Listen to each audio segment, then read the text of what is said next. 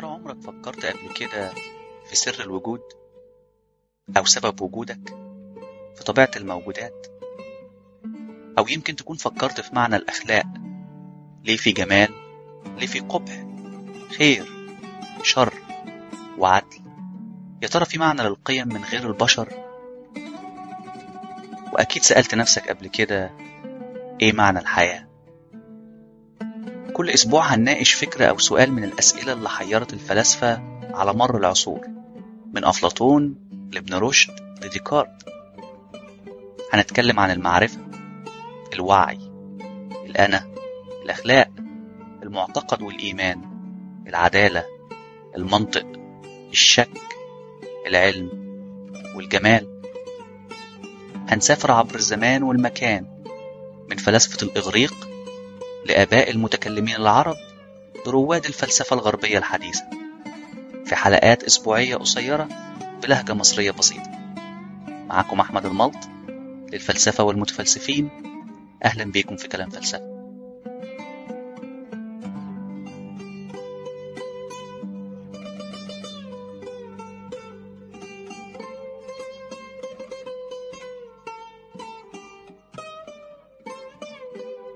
الحلقة 7، نظرية المعرفة الثلاثية.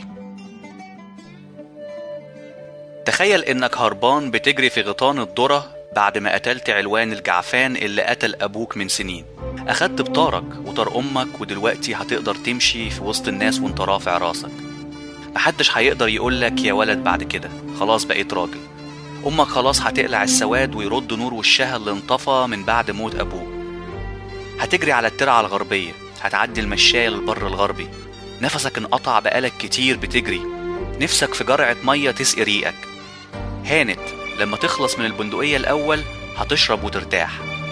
هتوصل للساقية المهجورة، هتقلع جلابيتك اللي الدم مغرقها، علوان روحه ما طلعتش بالساهل.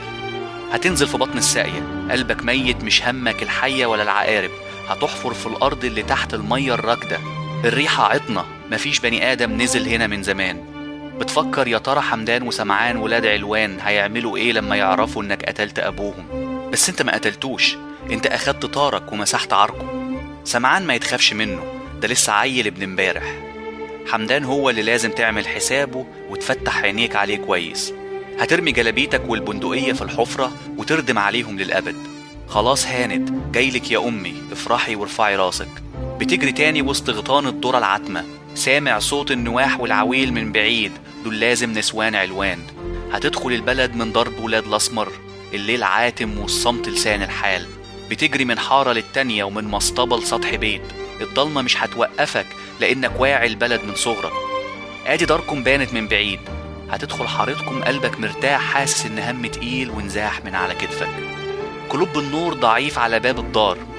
هتقف فجأة لما تشوف ظل راجل واقف ورا السور. قلبك وقف من المفاجأة، ده أكيد حمدان جاي ياخد بطار أبوه قبل ما الدم يبرد.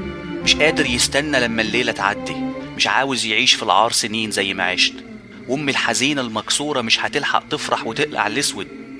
بس خلاص المكتوب كان وما عادش فيه أوان للرجوع.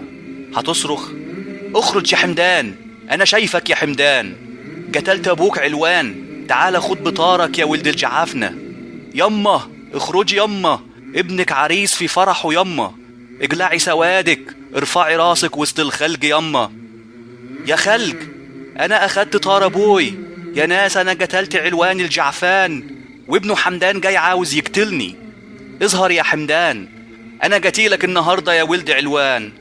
امك هتفتح باب الدار، شايف بريء الدموع في عينيها، شايف ضلال الناس واقفة في الضلمة ورا الابواب. امك فاتحة دراعها ليك فرحانة بولدها اللي رفع راسها. هتجري ناحيتها من الخوف عليها، هتفتش ورا السور.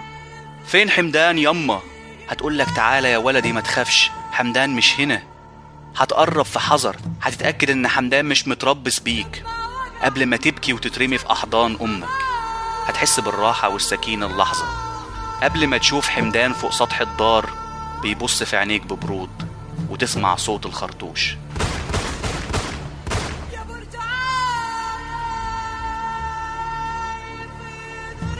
هتحس ساعتها بالدم الدافي سايل على صدرك، وامك بتصرخ في جنون سمعان جت الولد يا خلق، سمعان جت الولد الوحيد يا عالم.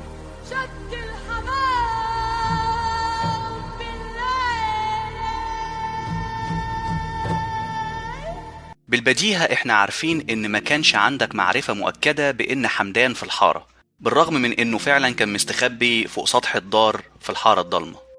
انت اعتقدت ان حمدان كان في الحارة وكان عندك كفاية من الاسباب والمبررات لتكوين الاعتقاد ده، لكن المشكلة ان الفكرة دي بتتعارض مع واحد من اكتر التعاريف قدسية في تاريخ الفلسفة. في حواره ثيائيتيس، أفلاطون كتب واحد من أروع أعماله في محاولة لتعريف معنى المعرفة. أفلاطون استخدم في حواره الثلاثي سقراط وتيودوروس وثيائيتيس لمحاولة الإجابة على سؤال ماهية المعرفة. خلاصة النتيجة اللي وصل لها أفلاطون في حواره إن المعرفة هي اعتقاد صحيح مبرر أو مدعوم بحجة، justified true belief، أو JTB كاختصار متعارف عليه في الإبستمولوجي أو النظرية الثلاثية للمعرفة tripartite theory of knowledge، واللي ممكن نعبر عنها بشكل أكثر دقة كالتالي. لو فرضنا إن شخص س عنده فرضية ص، نقدر نقول إن ص معرفة صحيحة في حالة توفر الشروط الثلاثة دول.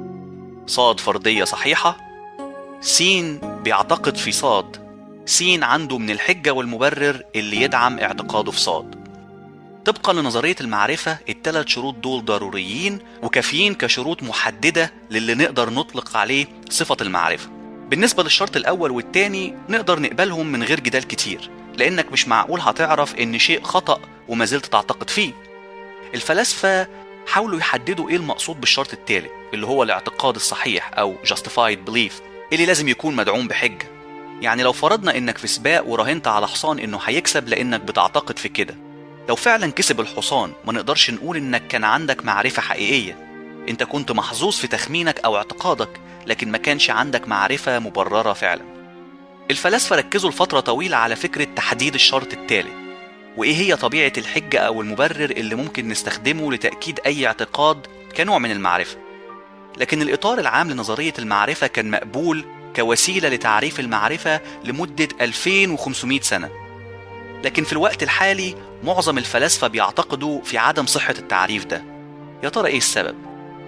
السبب حقيقي بيرجع للفيلسوف الأمريكي إدموند جيدير اللي نشر سنة 1963 ورقة بحثية بعنوان هل الاعتقاد الصحيح المبرر معرفة؟ is justified true belief knowledge. جيدير اعتقد إنه من الضروري لأي اعتقاد إنه يكون صحيح ومبرر علشان يصبح مؤهل لإنه يكون معرفة، لكن الشروط دي بس مش كفاية. تعال نبص على مثال شبيه جدا بالمثال اللي طرحه جيدير في بحثه. تخيل إن أحمد ومحمود رايحين يقدموا على وظيفة في شركة ما. خلينا نفترض إن محمود في حوار سريع مع أحمد قبل المقابلة اكتشف إن أحمد قريب لموظف مهم في الشركة، وإن أحمد عنده 10 سنين خبرة. محمود افترض إن أحمد هو اللي هيحصل على الوظيفة، وبالتالي بناء على الفرضية دي كون اعتقاد إن أي حد عنده 10 سنين خبرة أكيد هيحصل على الوظيفة دي، وده بالذات لأن خبرته 8 سنين. ضيف على كده إن إعلان الشركة بيطلب خبرة 10 سنين. يبقى دلوقتي محمود عنده اعتقاد صحيح مبرر. خلينا نقول دلوقتي إن أحمد ما توظفش. هل نقدر نقول ساعتها إن اعتقاد محمود كان خاطئ؟ طيب علشان نخلي المثال أكثر إثارة هنقول إن محمود هو اللي توظف، ولما سأل ال HR ليه عينوه بالرغم إنه عنده خبرة 8 سنين بس، قالوا له إنهم لما عدوا سنين الخبرة في الCV بتاعته لقوها 10 سنين. واضح إن محمود ما عدش سنين الخبرة اللي عنده كويس. تعالوا دلوقتي نطبق شروط نظرية المعرفة على المثال ده. هل محمود كان عنده اعتقاد إن الشخص اللي عنده 10 سنين خبرة هيتوظف؟ مظبوط. وهل اعتقاد محمود كان صحيح؟ برضو مظبوط، لأن الشخص اللي توظف اللي هو محمود طلع عنده 10 سنين خبرة. وأخيرا هل الاعتقاد ده كان مبرر؟ برضو مظبوط، لأن محمود كان متوقع إن أحمد اللي هيتوظف وأحمد عنده 10 سنين خبرة، يبقى اللي هيتوظف لابد إنه يكون عنده 10 سنين خبرة. دلوقتي هل نقدر نقول إن محمود كان عنده معرفة حقيقية إن الشخص اللي عنده 10 سنين خبرة هو اللي هيتوظف؟ قبل ما تفكر كتير في السؤال ده خليك فاكر إن المعرفة ليها قيمة كبيرة جدا. هل أنت عاوز يبقى عندك اعتقاد مبرر انطبق على الواقع صدفة أو بمعنى تاني طلع صح بالصدفة، ولا عاوز اعتقاد فعلا مبرر وصحيح منطبق على الواقع مش بالصدفة؟ في حالة محمود نقدر نقول وإحنا واثقين إنه كان محظوظ في اعتقاده، لأن الاعتقاد ده ما كانش صحيح. محمود ما كانش غشاش أو غلطان في تكوين المعتقد ده، حظه إن الاعتقاد ده بالصدفة انطبق على الواقع بشكل معين خلى الاعتقاد يبدو وكأنه معرفة حقيقية. الفيلسوف الأمريكي كيس ليرر طرح في سنة 1969 في كتابه لما لا للشكوكية Why Not Skepticism مثال تاني لإشكالية جيتير. لو فرضنا شركة فيها 2 موظفين، علي وإبراهيم. علي شخص بيتباهى دايما وبيستعرض وممكن يكذب علشان يتجمل، أما إبراهيم شخص متواضع. في يوم المدير هيشوف عربية جديدة آخر موديل راكنة في جراج الشركة. المدير لما يطلع المكتب هيشوف علي معاه مفاتيح جديدة على مكتبه ولابس بدلة جديدة أنيقة. علي هيكذب ويتباهى بالعربية الجديدة. المدير هيفترض إن علي هو صاحب العربية الجديدة. بعد كده المدير هيكون اعتقاد إن موظف عنده في الشركة هو اللي بيملك العربية الجديدة. خلينا نقول إن مالك العربية الحقيقي هو إبراهيم مش علي. لو طبقنا شروط نظرية المعرفة على اعتقاد المدير هتنطبق الشروط. هل نقدر نقول إن المدير كان فعلا عنده معرفة؟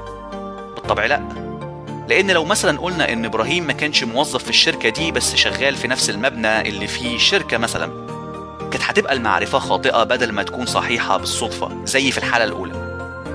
لما ندرس أمثلة إشكالية جيتير، أول مشكلة بتقابلنا في نظرية المعرفة هي الفرضيات الخاطئة false premises.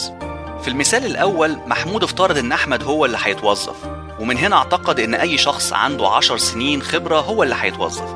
في المثال الثاني المدير افترض إن علي هو اللي بيملك العربية، وبالتالي يبقى لازم حد من الموظفين بتوعه هو اللي بيملك العربية الجديدة. الفرضيات الخاطئة قادت لمعرفة خاطئة أو معرفة صحيحة بالصدفة في بعض الحالات. من أوائل الحلول المطروحة لإشكالية جيتير كانت إضافة شرط رابع، وهو إن المعرفة هي اعتقاد صحيح مبرر وغير مسبب عن طريق فرضية خاطئة. يعني مثلا سبب المعرفة الخاطئة في حالة المدير إنه افترض إن علي هو مالك العربية الجديدة. دي فرضية خاطئة سببت المعرفة الخاطئة، لكن في الواقع المحاولة دي ما نجحتش، لأن كارل جينيت وألفين جولدمان ضربوا أمثلة على إشكالية جيتير ما فيهاش استنتاج بالمنطق بناء على فرضيات خاطئة، وما زلنا بنوصل فيها لنفس المعرفة الخاطئة أو الصحيحة بالصدفة. مثلا افرض إن في شخص واقف قدام غيط كبير، شاف كلب في وسط الغيط على ظهره فروة خروف، فكون اعتقاد إن الغيط ده فيه خروف. خلينا بقى نفرض إنه ورا شجرة في الغيط كان فعلا فيه خروف. هل نقدر نقول إن الشخص كان عارف إن في خروف في الغيط؟ بالطبع لأ، لأن المعرفة دي طلعت صحيحة تاني بناء على صدفة. في المثال ده سبب الاعتقاد كان مبني على حواسك مش على فرضية خاطئة زي الأمثلة اللي فاتت. فكر كده، قد إيه من المعرفة والمعتقدات اللي في حياتك بتبنيها على حواسك؟ ارجع لحلقة حجاب الإدراك، اتكلمنا فيها عن الحواس والمعرفة المكتسبة عن طريقها. الشرط السببي The Causal Condition. ألفين جولدمان طور النظرية دي سنة 1967 لحل إشكالية جيتير، واللي فيها قال إن المعرفة هي اعتقاد حقيقي مبرر ومسبب، بمعنى إن الاعتقاد ده لازم يكون السبب الحقيقي ورا النتيجة المستنتجة منه، مش مجرد صدفة. بمعنى تاني، الشخص يقدر يعيد بناء استنتاجه إن دي معرفة على مجموعة من الأسباب الصحيحة اللي سببت بعضها البعض، أو زي ما الفلاسفة بيقولوا سلسلة السببية The Causal Chain. لو طبقنا فكرة جولدمان على المدير اللي خدعه علي وافتكر إن العربية ملكه، هنقدر نقول إن دي مش معرفة حقيقية، لأن السبب غير حقيقي وغير صحيح. لكن لو طبقنا النظرية ديت على مثال الخروف اللي في الغيط، هنلاقي إن المثال صحيح وإنه في سبب مباشر نقدر نبني عليه الحجة دي. جولدمان كان مدرك للقصور ده في النظرية، فهيضيف عليها لاحقا إن السبب لازم يكون سبب مناسب، بمعنى إنه يكون سبب مش مبني على خداع الحواس مثلا. وفي الحالة دي هنقدر نقول إن مثال الخروف في الغيط مش معرفة حقيقية. جولدمان شكله قدر يوصل لحاجة هنا. ما تستعجلش. طب إيه رأيك في الحقائق المستقبلية؟ زي مثلا معرفة إن الشمس هتشرق بكرة، أو إنك هتموت في يوم من الأيام. دي كلها معرفة مش مبنية على سبب محدد مناسب زي ما جولدمان قال، دي معرفة مبنية على الماضي. مفيش حاجة تمنع إن الشمس ما تشرقش بكرة. السبب الوحيد اللي مخليك بتعتقد في المعرفة دي إن طول حياتك بتشوف الشمس بتطلع كل يوم. جولدمان عشان يقدر يحل المشكلة دي هيعيد صياغة نظرية المعرفة، بالتحديد هيعيد صياغة معنى الاعتقاد المبرر. هيقول إن الاعتقاد المبرر هو بس الاعتقاد الناتج عن عملية نفسية بتقودنا لتكوين أو صياغة اعتقاد صحيح. طيب بالتعريف الجديد ده إزاي هنقدر نبني معرفة حالية معتمدة على الماضي؟ زي ما غالبا استنتجت هنستخدم عملية استقرائية أو استنتاجية inductive زي ما اتكلمنا في حلقات سابقة علشان نستنتج معرفة حالية بناء على معلومات محققة من الماضي. جولدمان هيقول إنه طالما إن العمليات اللي بنستخدمها لبناء الاستنتاجات دي عمليات موثوق فيها، إذا نقدر نوصل لمعرفة صحيحة بناء على معلومات الماضي. شكلك مبسوط من النتيجة اللي وصل لها جولدمان. تاني، ما تستعجلش. كتير من الفلاسفة نقدوا تعريف جولدمان للمبرر المعتمد على عملية استنتاجية مستقرة. يمكن أشهرهم لورنس بونجر اللي فرض في كتابه هيكل المعرفة التجريبية The Structure of Empirical Knowledge سنة 1985 إن ده تعريف غير دقيق للمبرر وبالتالي تعريف غير دقيق للمعرفة. المشكلة في نظرية جولدمان إنه افترض إن لو العملية موثوق بيها دايما هتنتج اعتقاد مبرر، لكن الواقع إن العمليات الموثوق بيها مش دايما بتنتج اعتقاد مبرر. مثلا في مثال الخروف في الغيط، العملية المستخدمة للوصول للاعتقاد ده هي الحواس والرؤية اللي مش دايما بتنتج اعتقاد مبرر. يعني مثلا لو أخدنا مثال واحد عنده عمى ألوان شايف اللون الأخضر برتقاني، هل نقدر نقول إن ده اعتقاد مبرر صحيح؟ أكيد لأ. ده غير إنه من الصعب جدا تحديد العمليات اللي بتدخل في تكوين المعتقد، أحيانا بتكون حواس، استنتاج أو إحصاء أو حتى خليط من عمليات كتير. واضح إن جولدمان مازال عنده مشكلة في نظريته. الفيلسوف فريد دريتسكي سنة 1971 طرح نظرية الأسباب القاطعة Conclusive Reasons، واللي هيفرض فيها الآتي: الفرضية س مؤهلة لأنها تكون معرفة إذا كانت فرضية صحيحة الشخص صاد صاحب الفرضية بيعتقد فيها، لو س صحيحة إذا صاد هيعتقد فيها، لو س غير صحيحة صاد مش هيعتقد فيها. الشروط الأربعة دي صممها دريتسكي علشان يتلافى مشكلة السببية اللي كانت في نظرية جولدمان، لكن في الحقيقة إن النظرية دي ما حلتش المشكلة، لأن الأشخاص ما زالوا بيكونوا الاعتقادات الخاطئة على أي حال. ده غير إن النظرية رفعت الحد الأدنى للي ممكن نعتبره معرفة، فأصبح من الصعب تكوين أي معرفة بالمرة.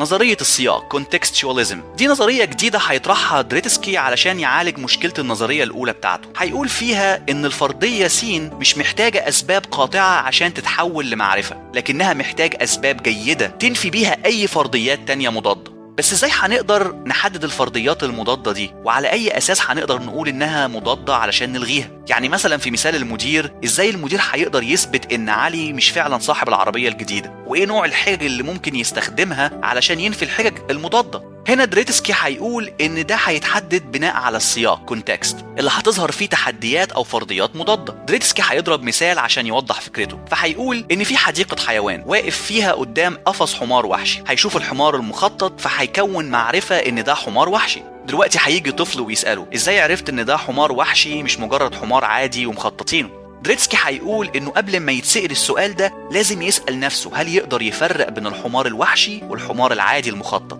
وساعتها بناء على سياق الكلام يقدر يطرح أسبابه اللي تنفي نظرية الولد وإن ده مش مجرد حمار عادي ملونينه. المشكلة هل فعلا دريتسكي يقدر يحدد ده من مجرد الرؤية من بره القفص؟ غالبا لا. النقد الموجه للنظرية دي بيقول إن من الواضح إن كل ما تكون أدق وتتبع دريتسكي في تكوين معرفتك كل ما هيكون عندك معرفة أقل، لأنك هتبقى متردد في إنك تخلي أي اعتقاد معرفة قبل ما تفكر في كل التحديات اللي ممكن تقابل المعرفة دي.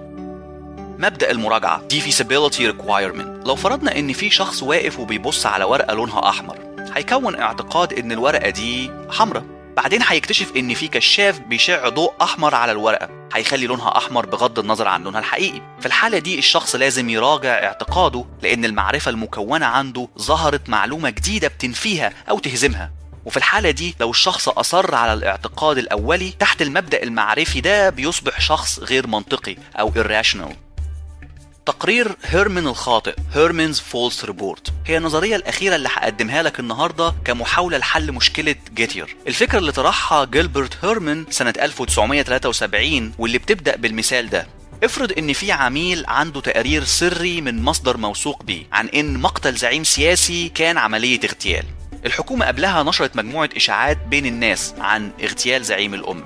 هل نقدر نقول ان العميل كان عنده معرفة صحيحة؟ في الحالة دي زي ما انت ملاحظ، لو كان العميل عرف ان الحكومة نشرت أكاذيب عن اغتيال الزعيم كان هيراجع اعتقاده المكون عن طريق التقرير. هيرمان هيقول إن العميل مش من المعقول إنه هيعرف، لأنه مش على دراية بالحقائق اللي هتهزم أو تنفي اعتقاده. العميل هنا كون المعرفة دي بناء على جهل بالحقائق اللي هتنفي اعتقاده، اللي بنسميها ديفيتر. من هنا هيبني هيرمان نظريته إن الفرد بيكون المعرفة الصحيحة بس لو مفيش دليل ينفي تبريره في الاعتقاد المكون. مثلا لو طبقناه على مثال الوظيفة، هتلاقي إن الدليل اللي بينفي اعتقاد محمود هو إن محمود هو اللي هيتوظف مش أحمد. وفي مثال العربية، لو المدير عرف بالدليل إن علي بيخدعه وإنه مش صاحب العربية الحقيقي، كان هيراجع معرفته. وفي مثال الخروف في الغيط، لو الشخص كان عارف إن في كلب عليه فرو خروف في الغيط، كان هيتراجع عن اعتقاده. دي كلها حلول لمشكلة جيتير طبقا لنظرية هيرمان. تاني، ما تستعجلش كتير. المشكلة هنا إن إزاي هنوصل للدلائل النافية دي أو الديفيترز اللي موجودة في كل مثال وفي كل مكان في العالم، شيء خارج عن سيطرتنا وخارج عن حدودنا في الإحاطة بيها. وهل معنى كده إن المعرفة الصحيحة مسألة حظ؟ ده سؤال صعب مازال محير الفلاسفة لحد دلوقتي.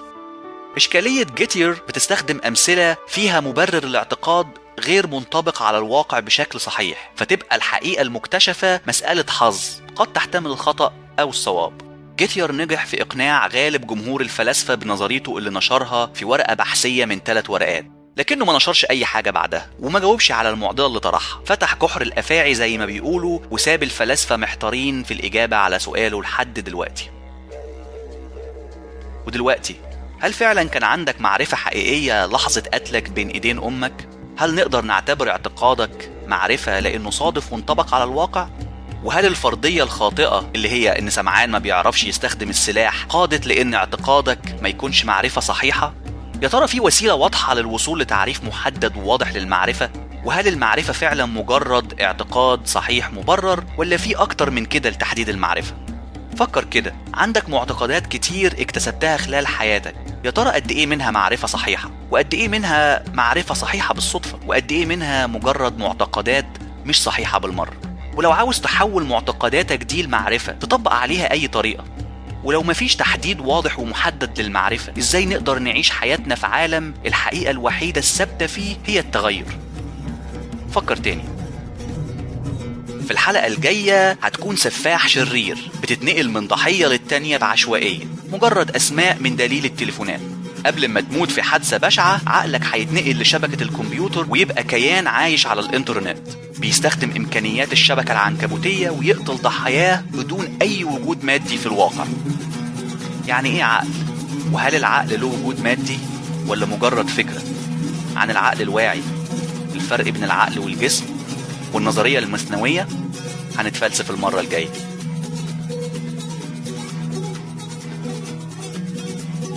من دلوقتي الحلقة الجاية، عيش الحياة بفلسفة.